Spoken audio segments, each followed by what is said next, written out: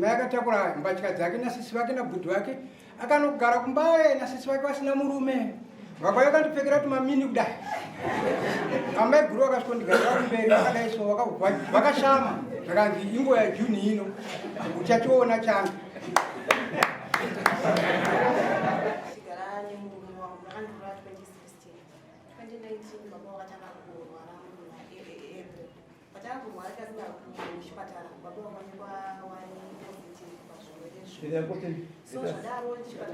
Pazvirwere zvese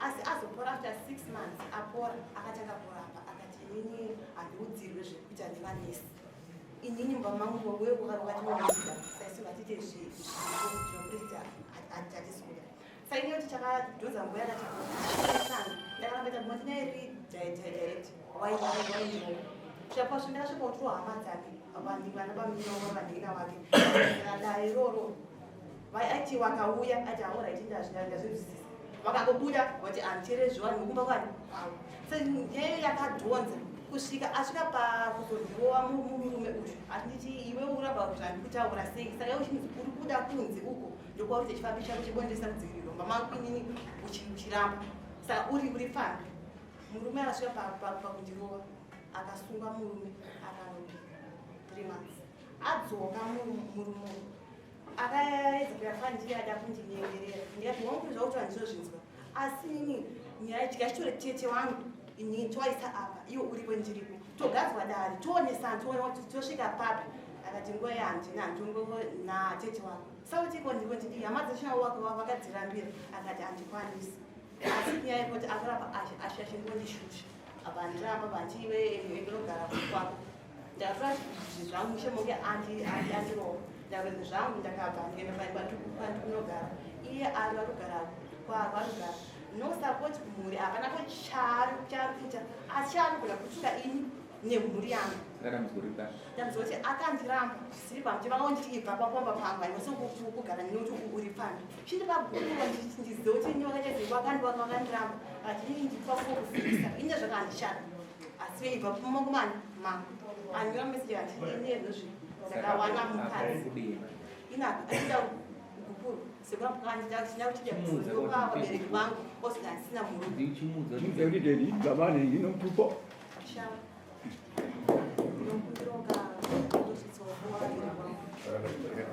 musoro iyi changamuteni ini mukadzi ungobuda zvisingaiti mukadzi ndinomuda changamuteni chakaitika ndechekuti tanesana tarovana mukadzi akanoti vasisi vake nabhudhi vacho vakauya vakahaya rori 120 $15 kuenda kunosvika kumbari. Mudzimai akatakura mbatya dzake nasisi vake nabhudhi vake akanogara kumbaye nasisi vake vasina murume. Vakauya vakandipfekera kuti mamini kudai.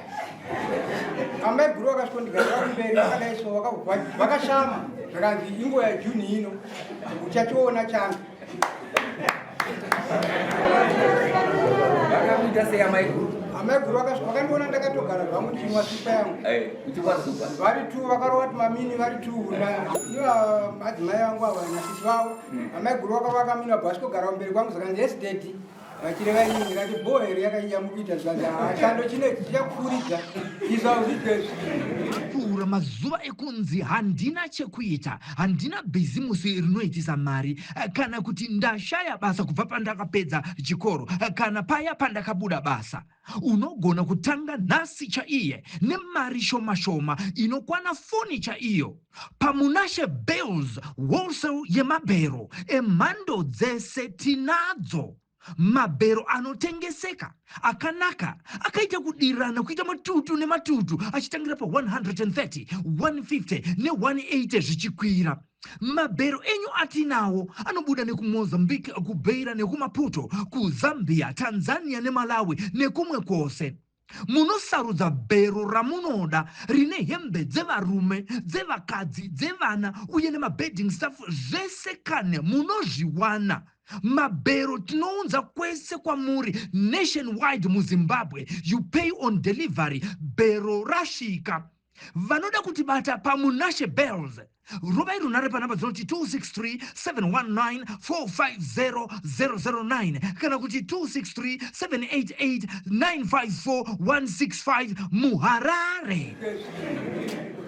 Azviti zvari microwave dzenini avadzimai vangu vakanyarara zvavo Saka uri naye na mama. ini mukadzi wangu ndotomuda kana nhasi izvozvi ndine mbana yatikavaka kumba ngawetini unorara mumba nhasi ndine gore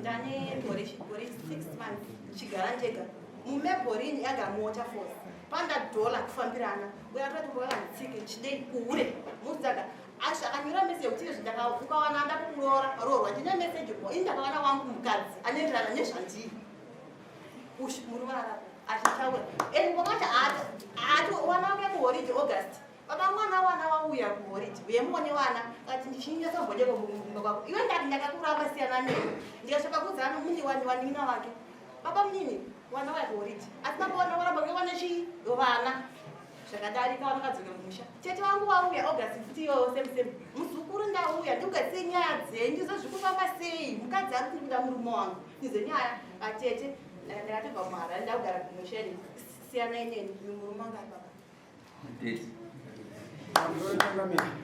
amai wandaizvataura mashoko kwevarwadza chinyore kugara gore 5 months usingazive mukadzi wedu uyu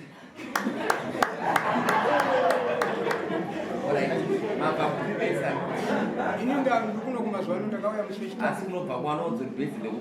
kwandiri base kuHarare kotapo Wotafoiwe. Alright, ngataure Wotafosi nemembori nandi. Munoya next court nasandi kwa chake. Say the kuda kita se. ani chakabira nchakwani Uchimuramba.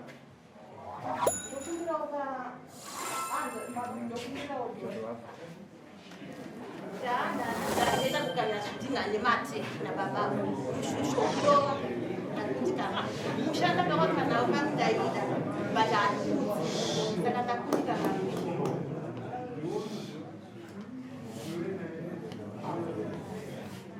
ndoda kugarisana kwena vabereki vanga achituka hama